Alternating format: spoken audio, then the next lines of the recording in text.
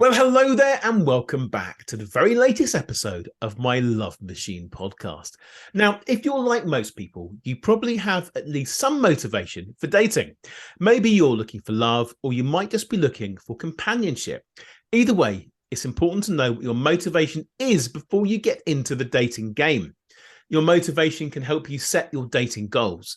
For example, if you're looking for love, you might want to find a partner who shares your values and who you can see yourself spending the rest of your life with. On the other hand, if you're just looking for a companion, you might be more open to dating people who are completely different from you. Knowing your motivation can also help you avoid getting into relationships for the wrong reasons. For example, if you're looking for love, you might be more likely to stay in a relationship even if it's not healthy for you. This is a fascinating topic today, which is all about your motivation to date. And to help me, I feel very, very lucky to have a wonderful guest to talk to me all about this wonderful subject. I have got Carly Boyle. Carly Boyle is a teacher. She is a spirituality coach, and she is the co-author of the Awakened Warrior Toolkit. Carly, how are you doing?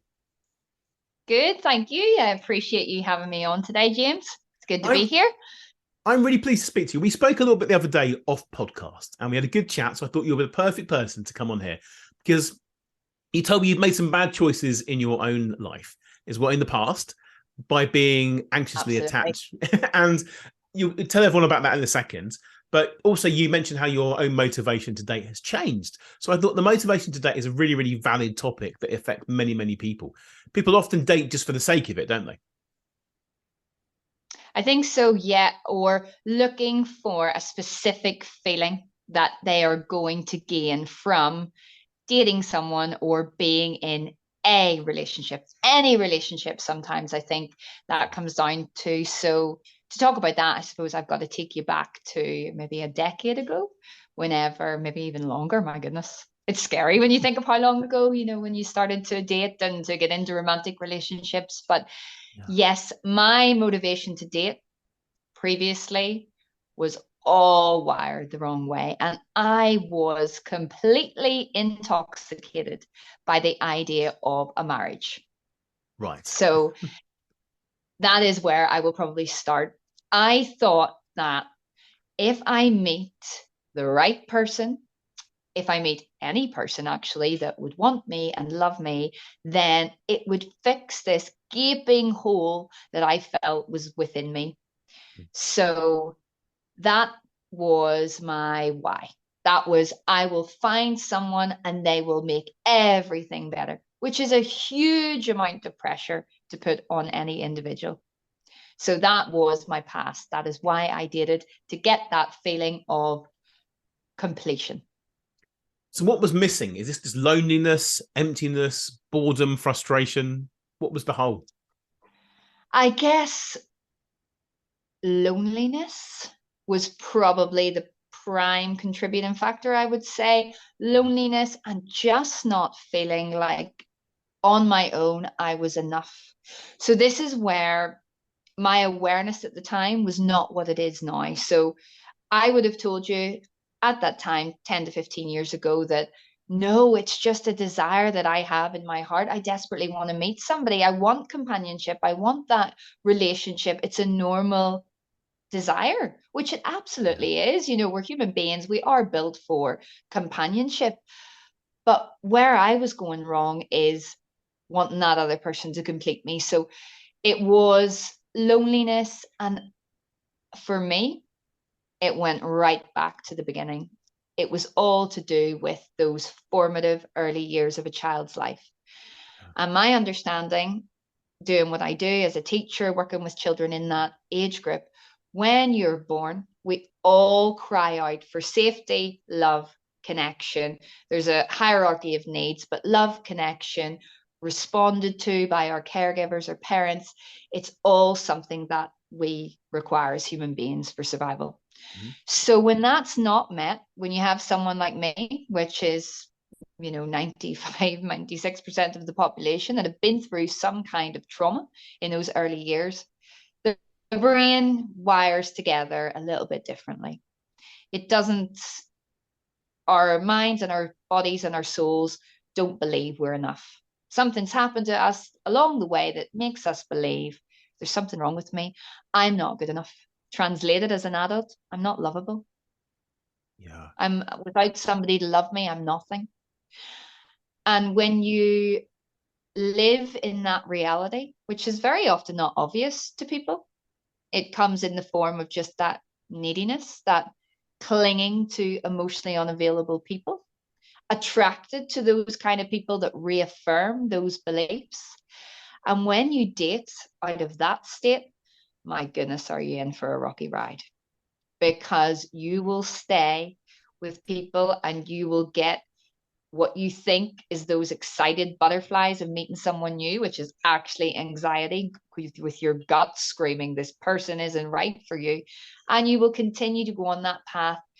And believe me, I was relentless. I was like, I will make this work. This person's not right for me. That's okay. I'll change them. They'll be all right for me. They'll get the point. And it is just so detrimental to our own mental health and well-being, but it's addictive and it's hard to stop. You can't fix people. People are never going to change. That's something I teach many of my clients along the way. Everyone's a fixer to some degree, I think, because we all want the best in our partner, don't we? But making choices and thinking people are going to change to make us happier, that's a whole different thing altogether, because people are never going to change. They are the way they are for a reason. So I think settling is a big problem that people have got here. And I don't allow my clients to settle and make bad choices. But before they've met me and come to work with me, they have that problem. You mentioned how you were, let's go back a little bit as well. You mentioned about the inner child and how we have the problems there, because everyone's got that. I've definitely got that myself. Felt unlovable. Little comments that come to you when you're younger that haunt you, even as an adult now. I think of this all the time, that little comments people made to me, girls and boys, bullying, little things that make me think that I'm not lovable. And this leads actually to something many experts have, which is like the fear that you are an imposter syndrome. And the whole life goes through like that. It doesn't stop. I'm aware of this because I have to deal with it myself. But so you went through this when you were younger, and do these comments and things and the way you were treated and the lack of love still haunt you now? Or how have you learned to deal with it? No. Trauma for me, I went through abuse as a child. I'm very open about my journey. There was someone let into the family home that was a partner of my mother's.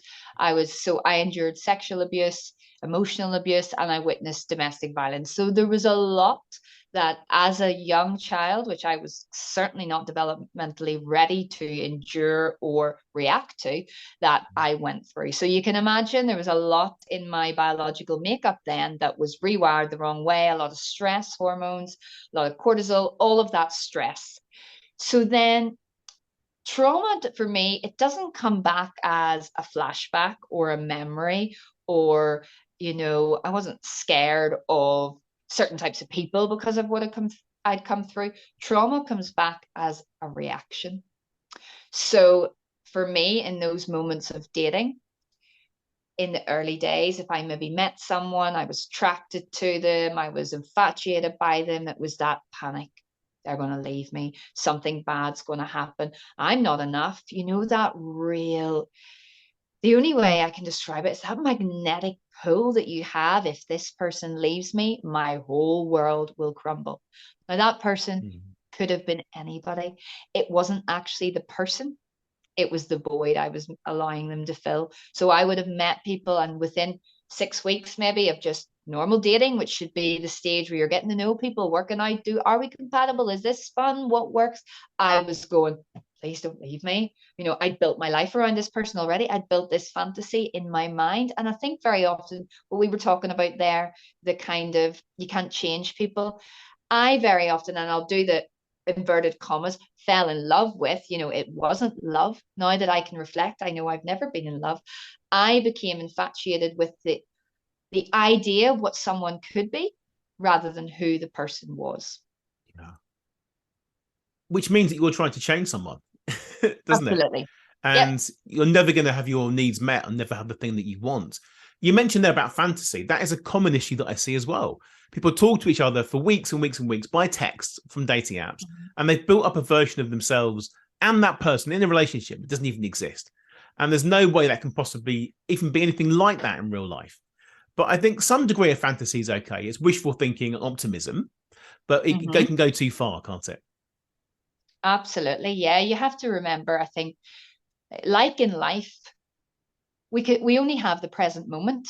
So when you're chatting with someone online, you only have what you have in front of you, a few basic conversations. You don't know when you meet up for coffee if actually you're going to like the way they glance at you, or it's all those wee things. I think attraction, now that I am securely attached, attraction for me is something completely different now. Attraction is something that, to me, you can't pinpoint it. It's between the lines. It is how somebody glances at you. It's how they smirk whenever you say something. It's all those little things that actually you can't put down on paper because you don't know until you meet the person.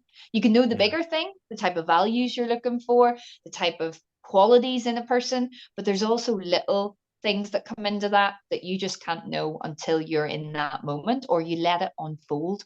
That's another huge thing I think about dating. Whenever I was anxiously attached and my inner child wasn't healed, I was always fighting to control or to damage control, to predict what might happen so that I wouldn't get hurt, so that then I could react in the right way and they would still like me.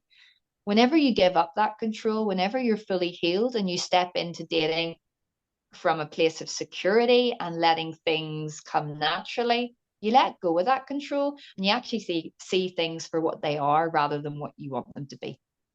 Very much so. I think even when you've healed the inner child, it's still very much part of you. I think everyone has the child in them. That's the whole point of this.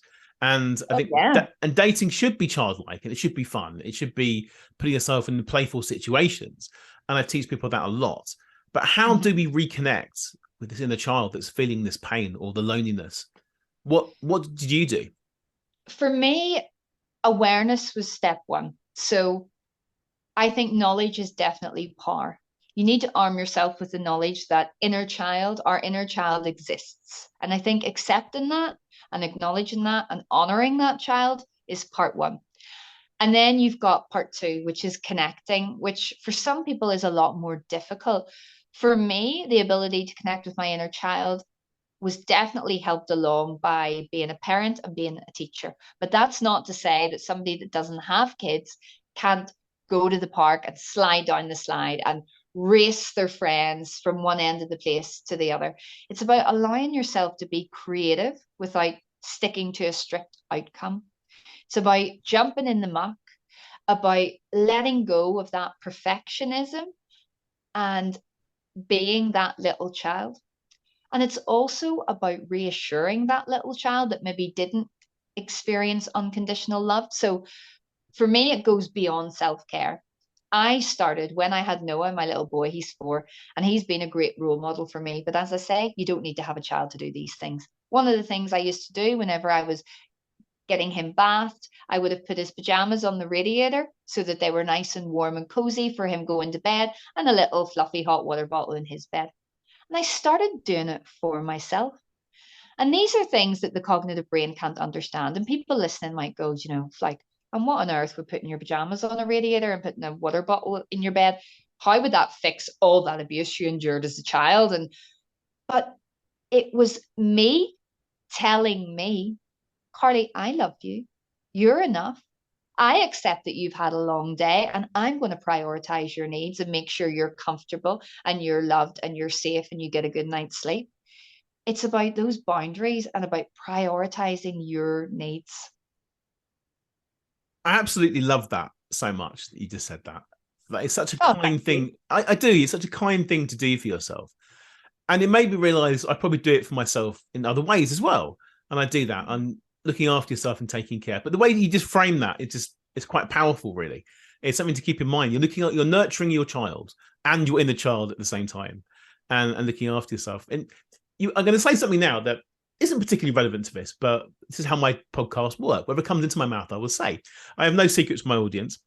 You mentioned about jumping in the muck, you said just now, and it was triggered something with me the other day. I was walking along. At the moment, it's autumn. It's very muddy and there's puddles everywhere. And you brought to mind Peppa Pig when you were saying that, but put that aside. I'm not sure Peppa Pig is a good thing to say on a podcast with this microphone, but never mind. But I was walking along and there was a child in front of me with their mum, about 4 years old probably, and she was jumping in and out of this little puddle. And then the mum dragged the little kid away to sort of get out of my way so I wouldn't get splashed. I had to resist the urge to jump in that puddle myself, just to prove to the little girl that it was perfectly okay to jump in puddles and it's a cool thing to do. And I really wanted to do it. But I didn't want to get muddy or freak the woman out. But I thought, why not? If I just show her that I'm fun and I'm my child wants to play and do that. But I think we should. That was obviously your inner child was motivating you to do that. But then very quickly, your adult logical brain comes in and goes, "Oh, James, don't be silly. You're going to get dirty." And it's about learning when sometimes we do need to be adults, but learning to let our inner child out and go, actually, this time I'm going to give you the choice. Yeah. I think I would have done it had it not been something that I didn't know how it was going to be taken by the mother if I did that. But I almost said to her, so instead I said to her, I was resisting the urge to do it, and I laughed about it. She laughed, and that was it. But if I suddenly jumped in this puddle and jumped around, it wouldn't have been. It wasn't even that deep. I'm over dramatizing this puddle for those that are picturing here.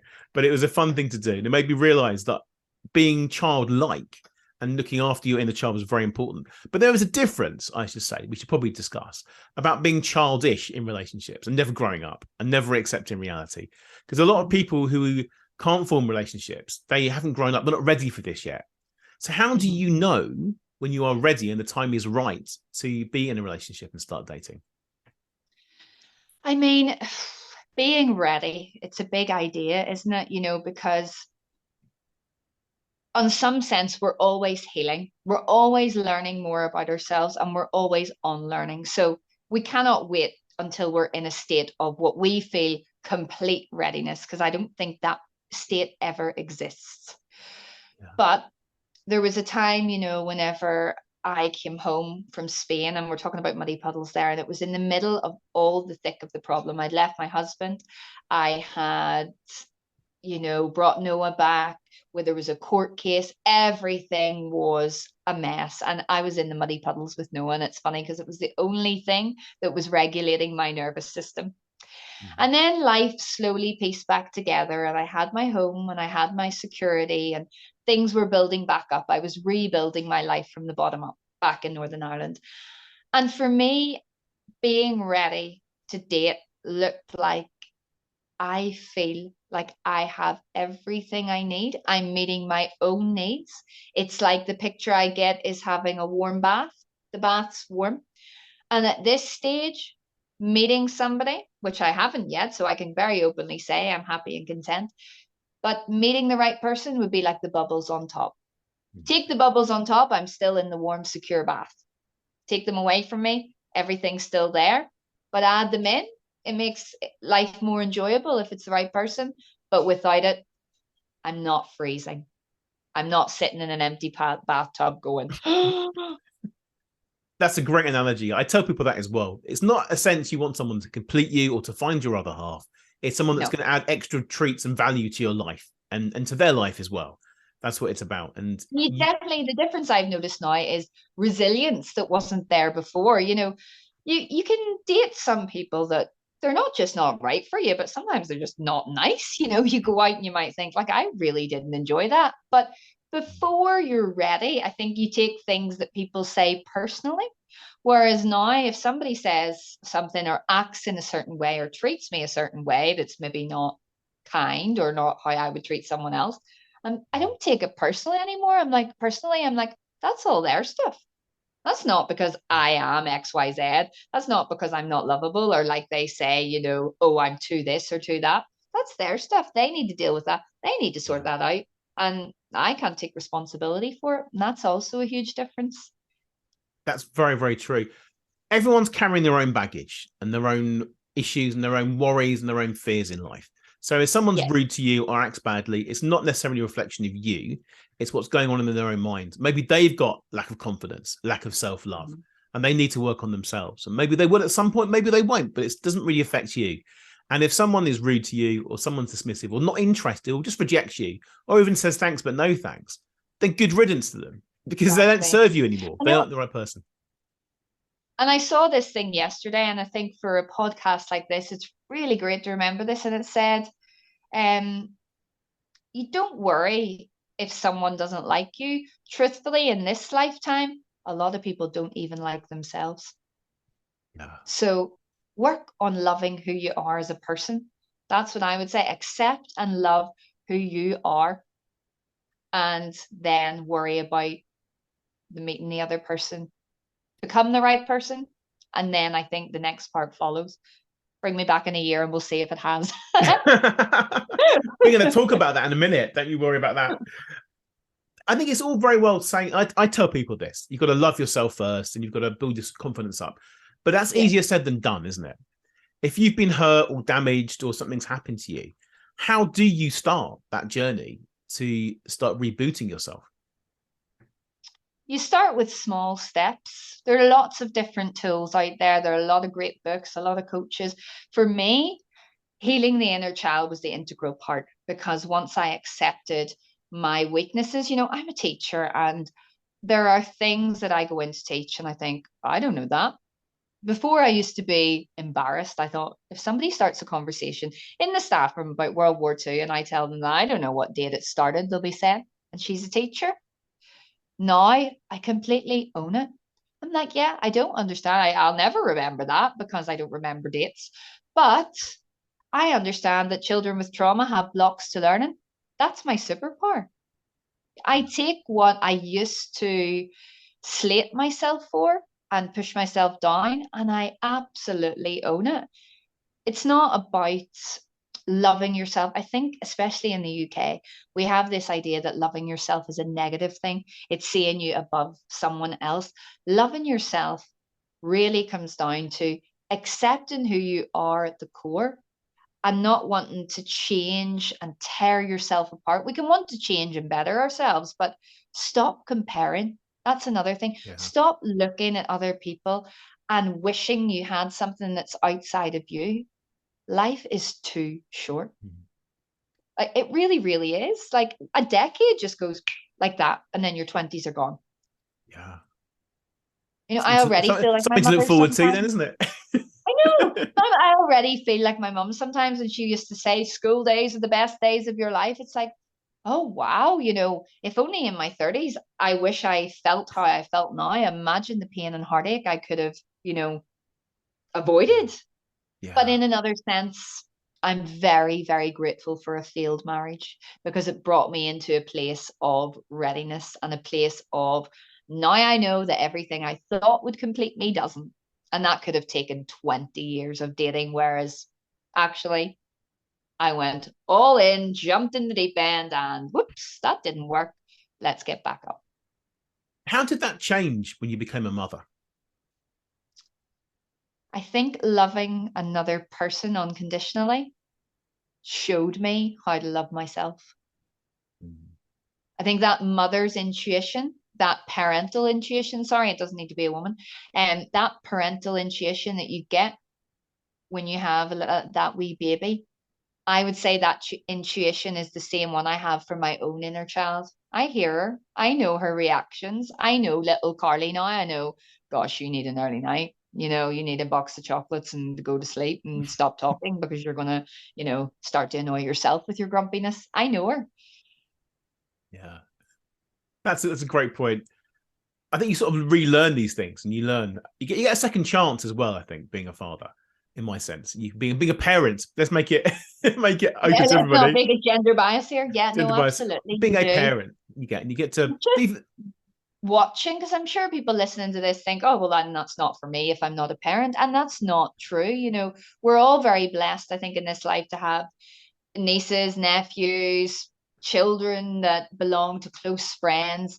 You just got to sit back and observe children for a wee while to see that fear. Very often, if they're in the right environment and they're not experiencing any huge traumas in their life, that fear is not there. Fear of getting it wrong or embarrassment of who they are. They haven't learned to look in the mirror and think, oh, well, her hair is longer than mine. And that all of that doesn't exist.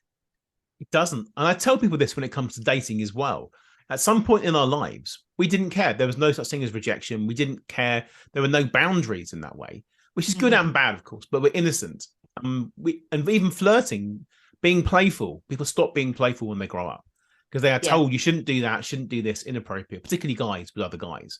And it's difficult when you grow up to sort of realize that dating is playfulness, and is letting your two inner children just have a good play and doing fun things, which is why I Mm-hmm. recommend doing fun things on dates, activities, not for a first date, but for a second date, like going to a ball pool or playing golf, or whatever it might be, doing something fun that you did when you were a Mm-hmm. child, rather than going for a formal dinner, because that's it. That's the only way you can really bond.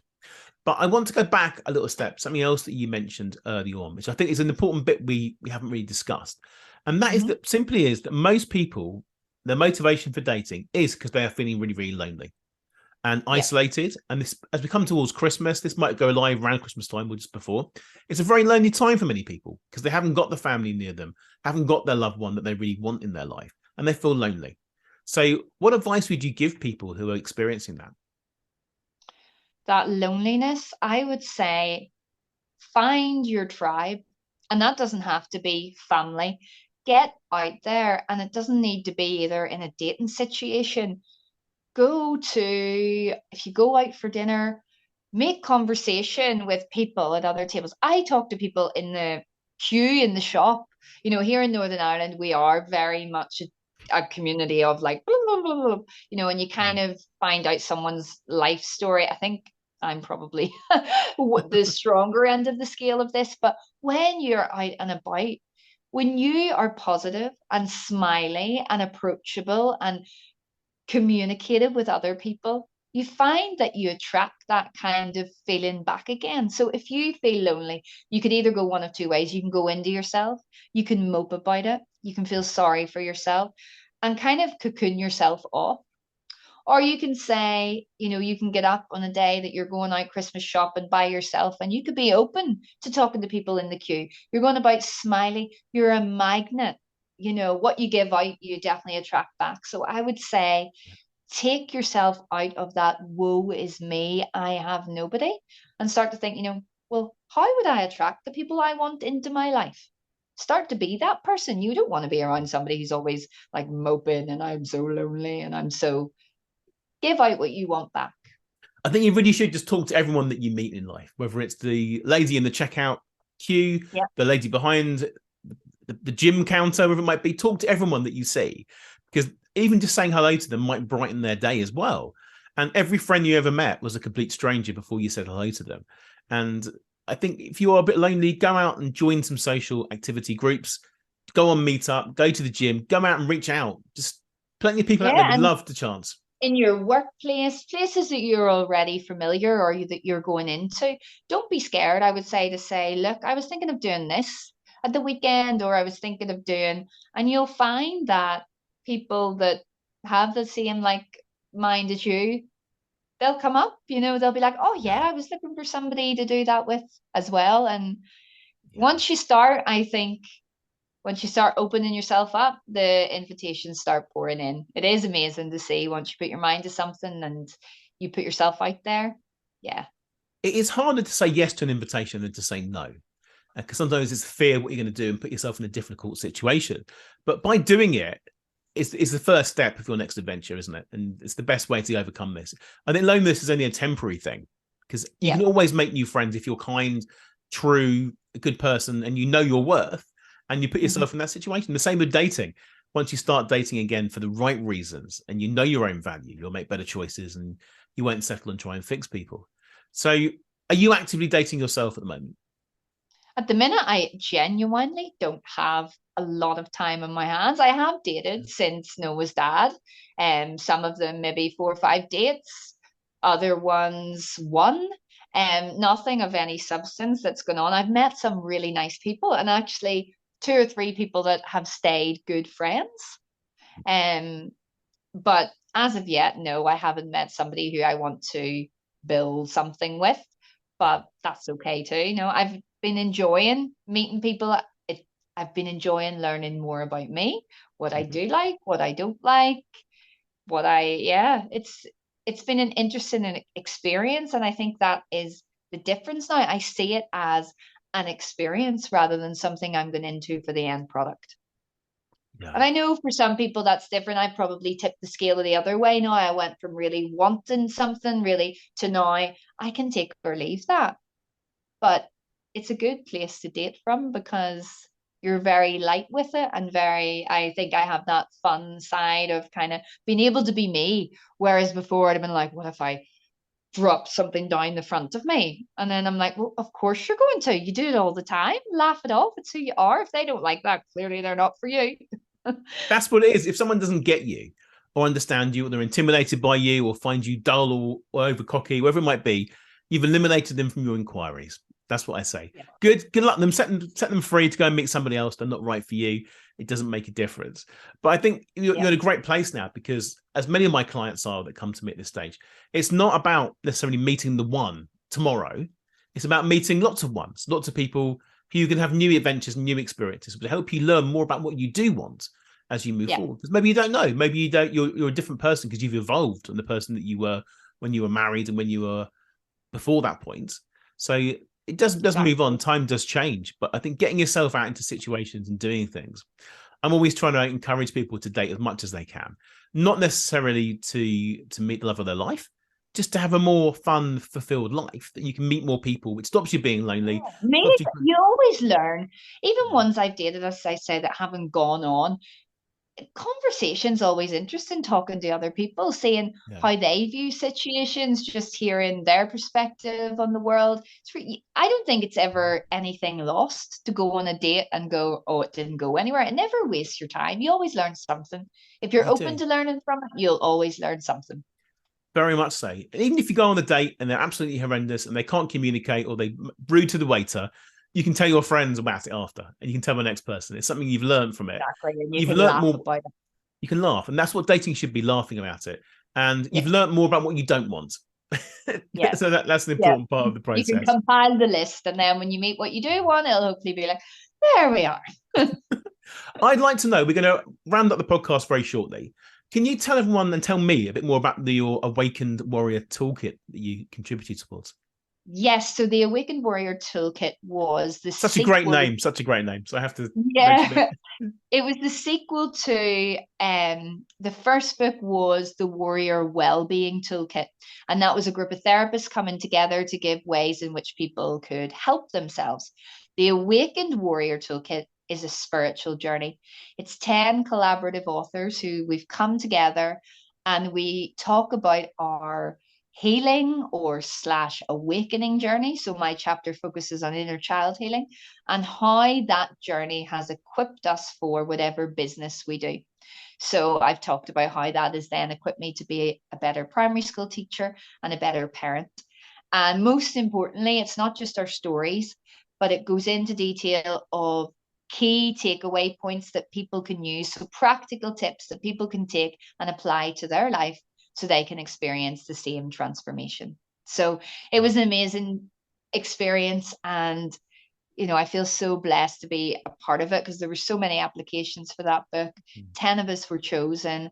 And when it was released, within 3 hours, we were Amazon #1 bestsellers across 8 different categories, I think. So it Amazing. really has given me such a fantastic platform to now step forward and Yeah. into everything that's to come, which I already have lots of plans for, and I just can't wait. Amazing. So that's the Awakened Warrior Toolkit. It's Yeah. funny because one of my favorite self-help books of all time, one that my dad got me when I was an early teenager, was called Awaken the Giant Within. Do you know that one, Oh, Tony I've heard Robbins? of that. Yeah. Yeah, very, very powerful book. And that's what got me started on the path of self-improvement many, many years ago. So I was about 13 then. So it's about 10 years ago that I read that. Yeah, no, see, it's hard to count back, isn't it? It was. But I was thinking about the book the other day. I must dig it out and give it to my son when he's a little bit older to start reading that. I think it's an important book. And I think your book sounds amazing too. And that's on Amazon, you said. My personalized version's on Lulu, a bookstore called Lulu. But you Okay. can buy the book on Amazon. But if you want my personalized copy, it's on Lulu, which you'll And find on my Instagram. I was going to say, I saw that earlier. So what is your Instagram? If someone wants to find out more about you and what you do, how do they do that? So my Instagram is Carly Great Big Stories with underscore under each word. Fantastic. And there's lots of cool pictures on there from recent events you've got on there with your book Yeah, launch, I I believe. try to do lots of reels to give informative, important information with a light-hearted twist. So I love that. I need to do more reels and get myself on this. It's something I want to plan to do when I get time. Carly, it's been an absolute pleasure talking to you today. And I think you've been fantastic and I really enjoyed that. So great. Have a great rest of the day. And I know we'll speak again soon. you too. Thank you for having me.